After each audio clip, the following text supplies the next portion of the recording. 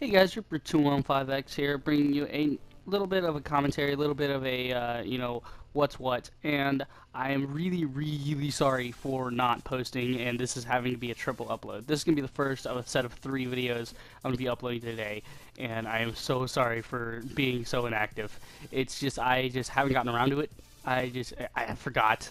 I'll say it, I forgot. I just completely forgot. And I hope you guys enjoy this gameplay of me with the EPM3. I get stomped pretty hard in this, like, not just me, but the team in general. Like, we just get destroyed because this guy, later in the video, you'll see he drops 7 consecutive system acts if you want to count them. It's just one after another after another. Anyway, that's one thing I want to talk about, is streak stacking, guns, and the Call of Duty community in general. Those are 3 topics I wanted to cover today in this video. Okay, so let's start with streak stacking. Now, I am all for stacking, one streak after another to roll into each other, whatever you want to do. That's fine. That's fine with me. But I feel that certain streaks should not be able to stack.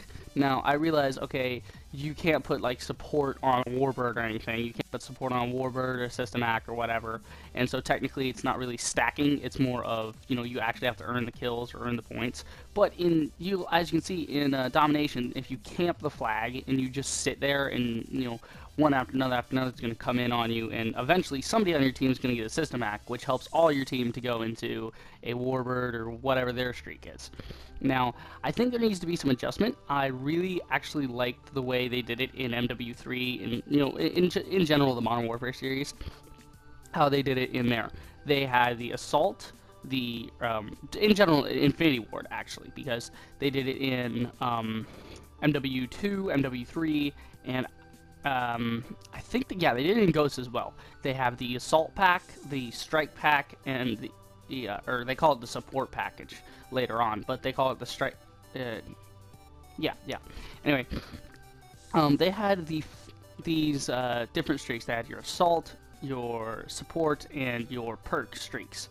Now, the Assault would be, your death, like calling in gunships and whatnot, and you would just, things you could demolish with if you were able to stay alive long enough to earn them.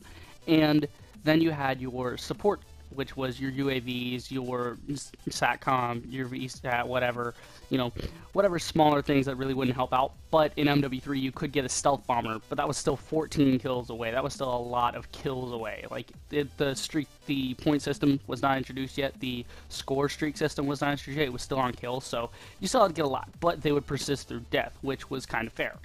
And then you had the perks, which were just like the Assault. It would reset on death, but instead of giving you a care package or something for getting 5 kills, you would get lightweight or overkill, or not overkill, overclock, or lightweight, or hardened, or whatever system might be in effect at that point. But I really liked the way they did that because it gave players a chance to do pretty much what they wanted to with their streaks. It gave them pretty much the option to, and they could. If you got the guy that's running gun and stays alive and goes on a merciless constantly, then that's the guy that's going for the Assault Pack. You got the guy like me that tends to die more often, but he gets the objective more, and he protects his teammates more. Like me, I'm the support guy, so I go for the support, and I get the UAV rolling into the advanced UAV that rolls into the stealth bomber, which I found was kind of fair for them to do, because I do not like the idea of being able to stack score streak on top of score streak, because it's just kind of ridiculous being able to stack one on top of the other. But I feel the support version of it was kind of fair. Seems how you always had to get like 14 kills before it would actually give you a death streak of any kind. And that's what I think about the streaks. Now, moving on to the guns, I would like to see them restrict the guns a little more in ranked play, specifically.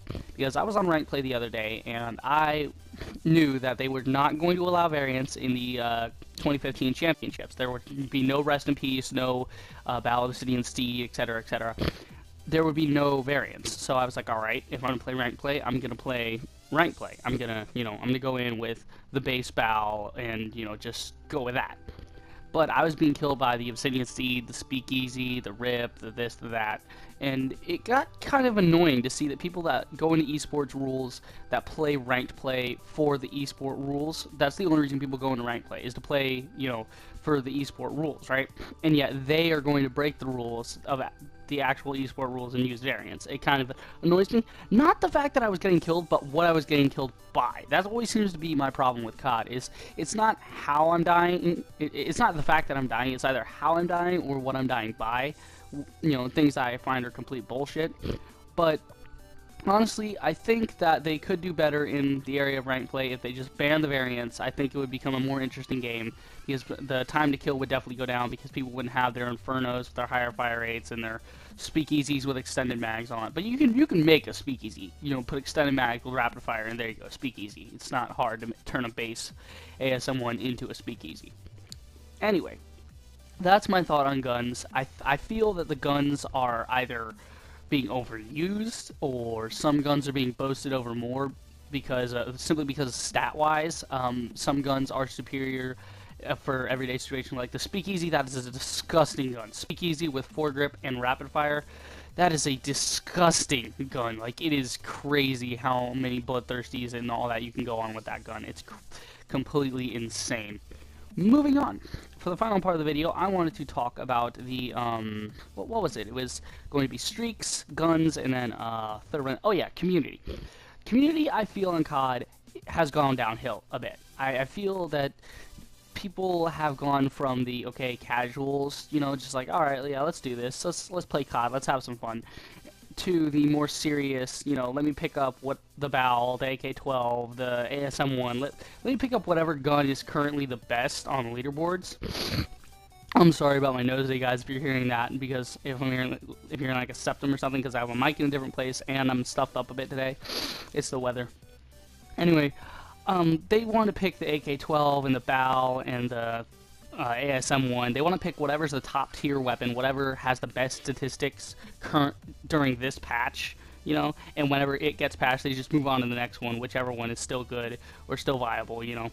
And they don't really tend to try out different arsenals. If you look, I think that's one reason they took away the combat combat record system, or they didn't put it in, I should say, because being able to look at another player's combat record was introduced in Black Ops 2. I believe, or Black Ops 1, I'm not sure, don't quote me on this, but I think it was introduced in Black Ops 2. Being able to view another player's combat record profile and seeing their KD and, you know, what's their favorite guns and all that. Which I think it would have been better in here if you could look at that, because I think you would see that everybody's top 3 guns are going to be the AK-12, the ASM-1, and the BAL-27. And just anybody in general, anybody. And I really wanted to see people move away from that. I want to see people go from being so hardcore back to. I know we can't reset the clock. I know we can't go back in time back to where, you know, people were more casual. People were more you know, wanted to try out different guns. They want to pull out the LMGs. It may just be this COD. It may just be me. I don't know. But I would really like to see people use the full arsenal. At least experiment sometimes with them instead of just constantly using one type of gun. That's just my opinion on it, guys. Leave a comment about what you think about this video, about what I've said, and if you enjoyed, slap the like button, leave a comment, and subscribe for more. Reaper out.